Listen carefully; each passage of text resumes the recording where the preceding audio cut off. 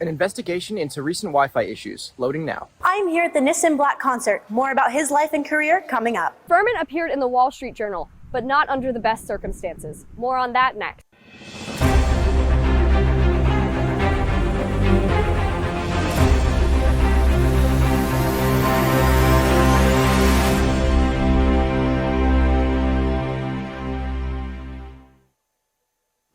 Hi everyone, and welcome to the Nightly News. I'm your host, Alyssa Hildenbrandt. Let's jump right into our first story. Last week, we told you all about the appeal that was being made against one of the Tocqueville CLPs. The speaker, Mary Eberstadt, canceled her appearance before the CLP committee could even meet to discuss the appeal. On Sunday, she published an op-ed in the Wall Street Journal explaining why she canceled herself. In her article, she called our students an angry mob, as well as misrepresented the silent protest at the Scott Yenor CLP. Earlier this week, President Davis sent an email regarding the Eberstadt op-ed. She says, "In my time here, we have no incidents of violence nor disruption of speakers, nor have we ever canceled a speaker for any reason." She also explains, "In hopes of correcting the record, I submitted a letter to the editor of the Wall Street Journal the night that Ms. Eberstadt's op-ed appeared online." Furman Professor of Politics and International Affairs Danielle Vinson also submitted a letter describing her first-hand experience of a previous speaker event that Ms. Eberstadt mischaracterized. We talked with Dr. Camille Lewis, who is on the CLP committee, about the process of the appeal and what would happen. Here's what she had to say. So we were in the process of saying, okay, do we have all our boxes checked for the hearing? And she canceled, right? I think it was Friday. Mm-hmm. It was poof. And she had her op-ed ready, poof, on Sunday. So I'm thinking she was planning on that for a while. She had that written. The Wall Street Journal just published President Davis's op-ed Thursday morning at 10:16 a.m. And Dr. Vinson's op-ed has not been published as of the taping of this show. But we want to make this clear. The CLP committee was not meeting to cancel the event. They were merely meeting on the appeal of the CLP status of the event.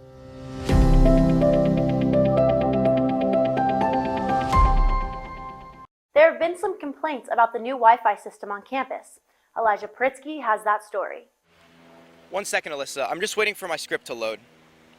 I'm just kidding, but this has been a problem that many students have been facing around campus, and I wanted to get to the bottom of it. Loss of connection, slow speeds. Many of us have experienced it. How's your experience been with the new Wi-Fi so far? Honestly terrible. It shut off the other day while I was doing my paper at like 9 at night and I had to walk to the library, so it was very unfortunate. So, how's the Wi-Fi been for you so far? Horrible. So bad. It's always down, and I can never connect to the internet when I need to do homework. So, how's your experience been with the Wi-Fi on campus lately? It's been pretty bad. I actually had to call the company once because I was trying to do work and I couldn't. I'm honestly really disappointed in it. I go to my room to use my Wi-Fi and it doesn't work. I have more reliability in the Wi-Fi in the classrooms, and I feel like that Wi-Fi should be implemented everywhere. If it works in the classroom, it should work in my dorm, because where I'm doing homework, like in school, I'm doing it in my room as well. So. Chris Rutledge, the AD of Systems and Networks, tells me that we recently upgraded equipment and that they are aware of the issues that students have been facing. Once we found out, to get over on top of it and start mitigating the issue happened rather quickly. But at that point in time, there was quite a few students that were already having a pretty rough experience with it. We understand that these students, this is their home. This is their home away from home. And it's not only the studies that we have to make sure is, top notch, but their home life, their movies, their gaming, their TV watching is equally as important as their studies. Rutledge says that the speeds we should be getting is 70 download and 40 upload. I'm in my room right now and I'm about to sit down and test to see if what he says is accurate. When I checked the speeds at 9 a.m. on March 29th, it was 31 download and 25 upload. When I checked again at 2 p.m., it was 43 download and 17 upload. And then when I checked for one last time at 7 p.m., it was 25 download and 25 upload. Definitely not what Rutledge said we should be getting. They can't fix the problem if they don't know what the problem is. So if you experience an issue, send an email to ITS. They'll get it resolved for you as soon as possible. Reporting for the Nightly News, I'm Elijah Poritzky. Thanks, Elijah. Rutledge also told us that there will be improvements to the security systems coming this summer. We will, of course, bring you that story as it becomes available. Crime on campus may not seem like a big concern, but our own Colin Glascott took a look at Furman University's crime statistics and unfortunately found that sexual assault is a bigger issue than many students are aware of. The Clearing Report is an annual report released by the Furman University Police Department that addresses the crimes that have been committed on campus.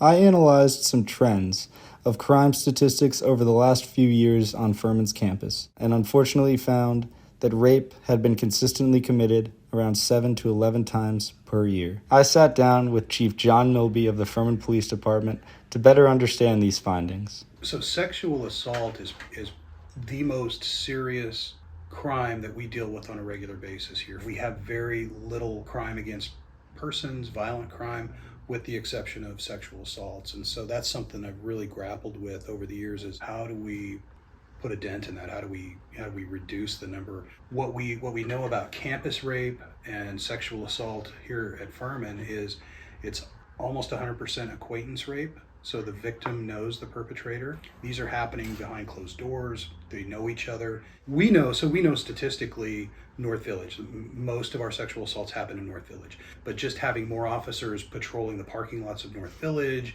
we certainly can't be knocking on doors to make sure everybody's behaving themselves. So it's really tough from a law enforcement perspective to try to prevent that. So we know that that's just a fraction of what's happening. Most victims don't report for various reasons. So the numbers we have, I wish those were all of the incidents of sexual assault that happened in a particular year, but we know that's probably not the case. There's probably a lot of unreported sexual assaults, but I think Furman University, we have a lot more open channels of reporting, and so I think we get more reports than we used to. I don't know that we've had an increase in incidents of sexual assault, but we've done a better job of encouraging reporting, facilitating reporting. Again, Melissa Nichols, our Title IX coordinator, I think she does a phenomenal job with bystander intervention training and what is consent. But I think some of the pitfalls that can happen to young men on campus, again, drinking. Most of the young men that we cross paths with as the police department, drugs or alcohol are going to be involved. I think it's important to know that the guys that have really derailed their careers here at Furman, oftentimes drugs or alcohol are involved, if not every time, just about. The Furman University Police Department seeks transparency and a strong connection with the Furman community. Reach out to them with any questions, reports, or ideas on how to make the Furman community a safer place for all students. With Nightly News, I'm Colin Glascott. Thanks, Colin. Be sure to contact Furman Police or visit their station if you ever need support. It's that time of year when all of us are stressed out finishing papers and projects, and that may cause some issues to come on the surface.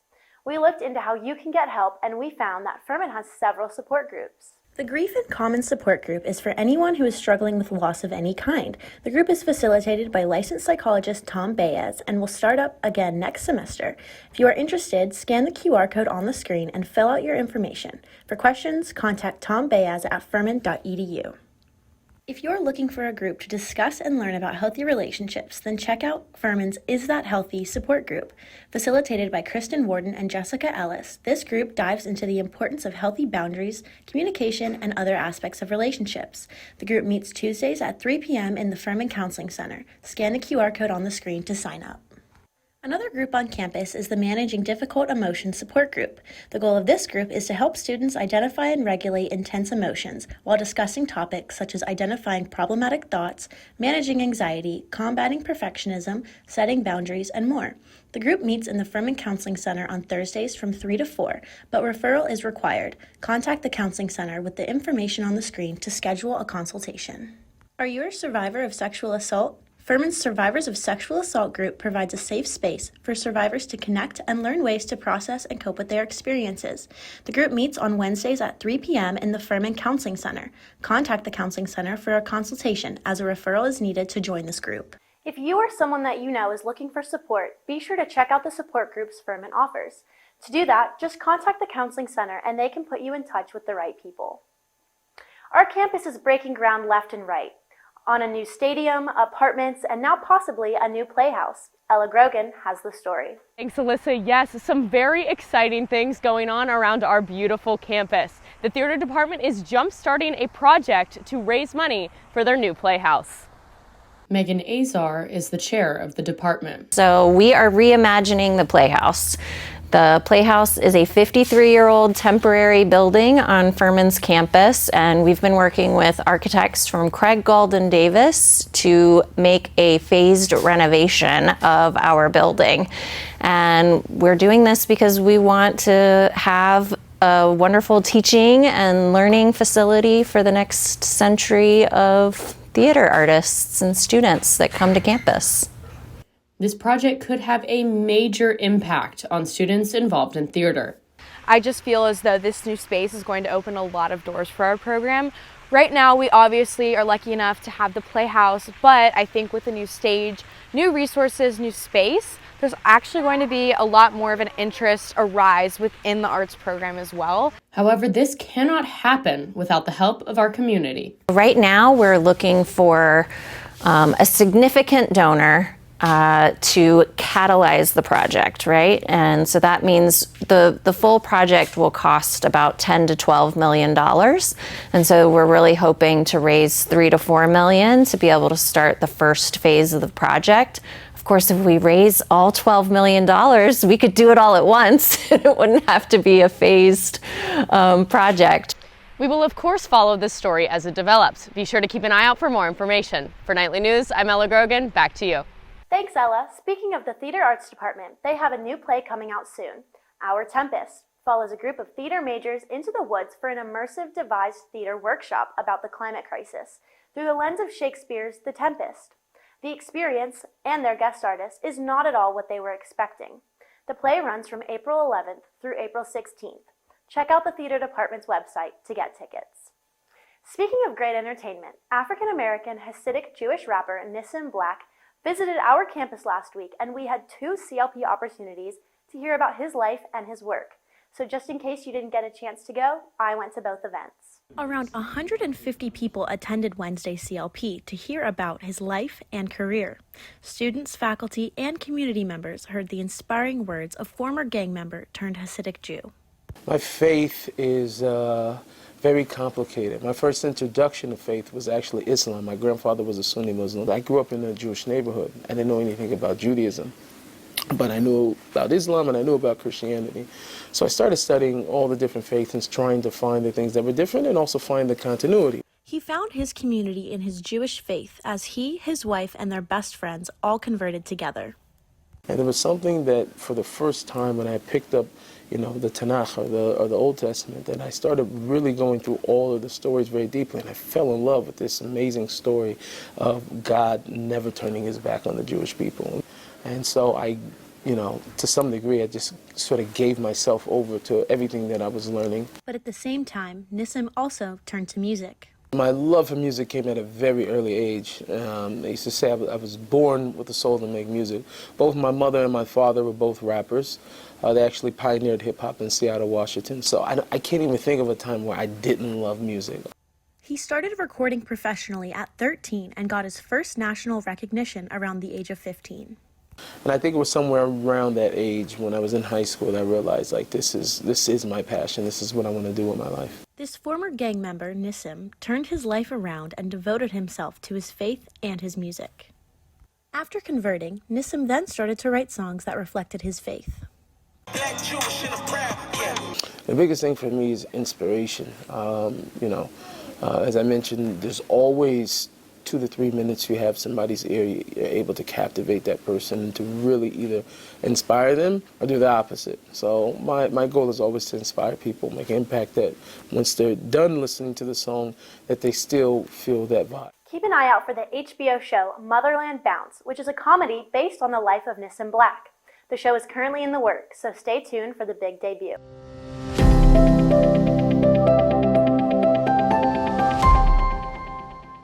Did you know that Furman has their own bees? They just came out for springtime and are all the buzz right now on campus.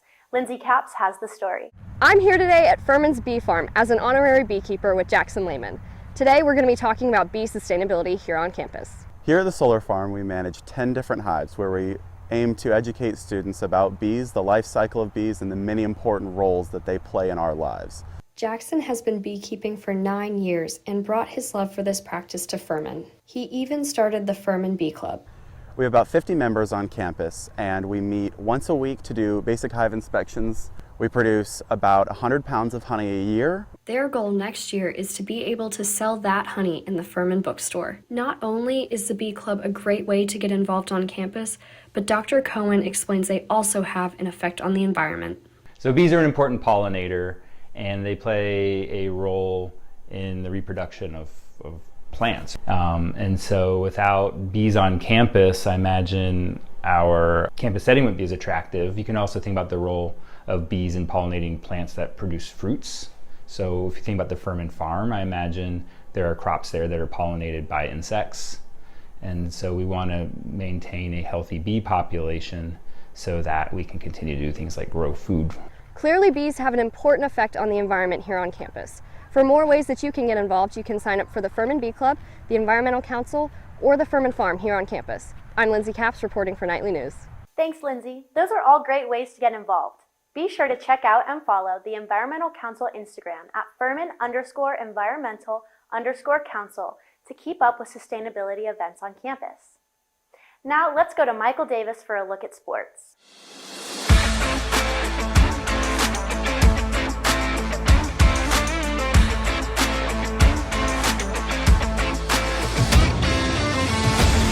Welcome back to Nightly News Sports. I'm your host, Michael Davis. There's a lot to cover, so let's get started. We have another chance to see Jalen Slauson play this season. That's right, Slauson will play in the Reese's College All-Star Game on Friday at 4:30 p.m.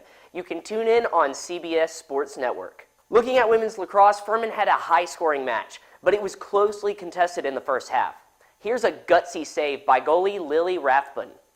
Longwood surged back, and Furman stayed ahead. Our very own Megan Bale scored her 100th goal, with many more to come. Furman outlasted Longwood 19-14. Looking at last week's scores, women's tennis took the Terriers for a walk, winning with a score of 5-2.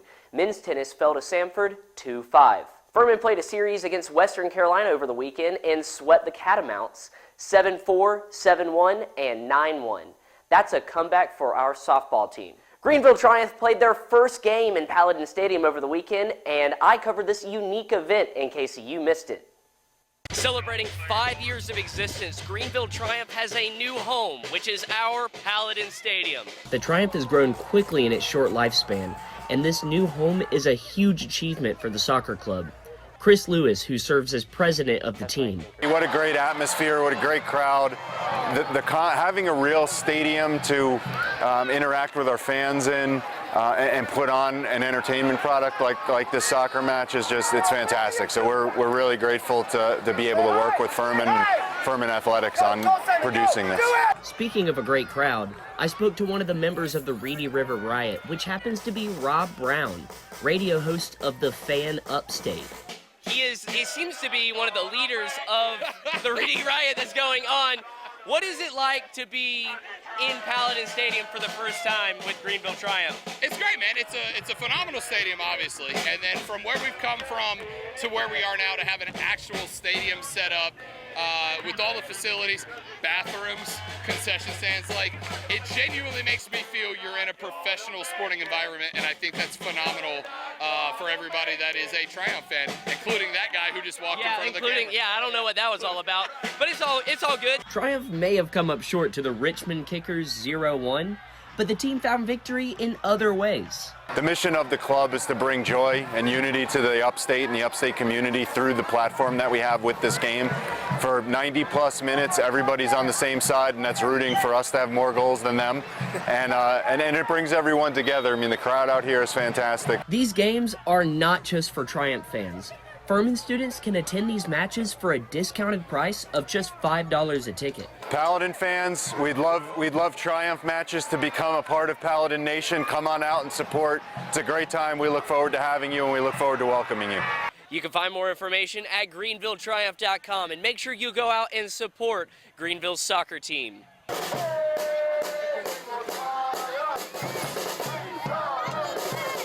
That was one of the most enjoyable games I have covered. You can see them play again on April 19th at 7:30. You don't want to miss out. Moving forward, women's tennis faces Liberty on Friday at 10 a.m. and Charlotte on Sunday at 11 a.m. Men's tennis goes on a Tennessee tour against Chattanooga on Saturday at noon and ETSU on Sunday at 1 p.m. Looking ahead for softball, Furman faces ETSU on Saturday at 3 p.m. After that, the Paladins seek revenge on Clemson Wednesday at 7 p.m. Women's lacrosse aim to stay hot as they face Campbell on Saturday at 1 and High Point on Wednesday at 5 p.m. That's all for sports. Next week, we catch up with Slauson on the All-Star Game. I'm Michael Davis. Back to you, Alyssa. Thanks, Michael. If you missed last week's Full Moon Festival, we went and captured some highlights of the unique event. The Full Moon Fest was a night of stargazing, making crystal jewelry, and getting your palm read, all outside the DH. The food was delicious, with brownies covered with chocolate chips showing the rocky surface of the moon. It was such a beautiful night, and I'm so glad that all the Furman community enjoyed the event. The Full Moon Festival was a fun way for our students to spend an evening after a long day of work. FUSAB, keep it up with these fresh and intriguing events. That's all we have for you tonight. Thank you for watching this week's episode of the Nightly News. I'm your host, Alyssa Hildenbrandt. We'll leave you now with more scenes from this week. Have a good night, everyone.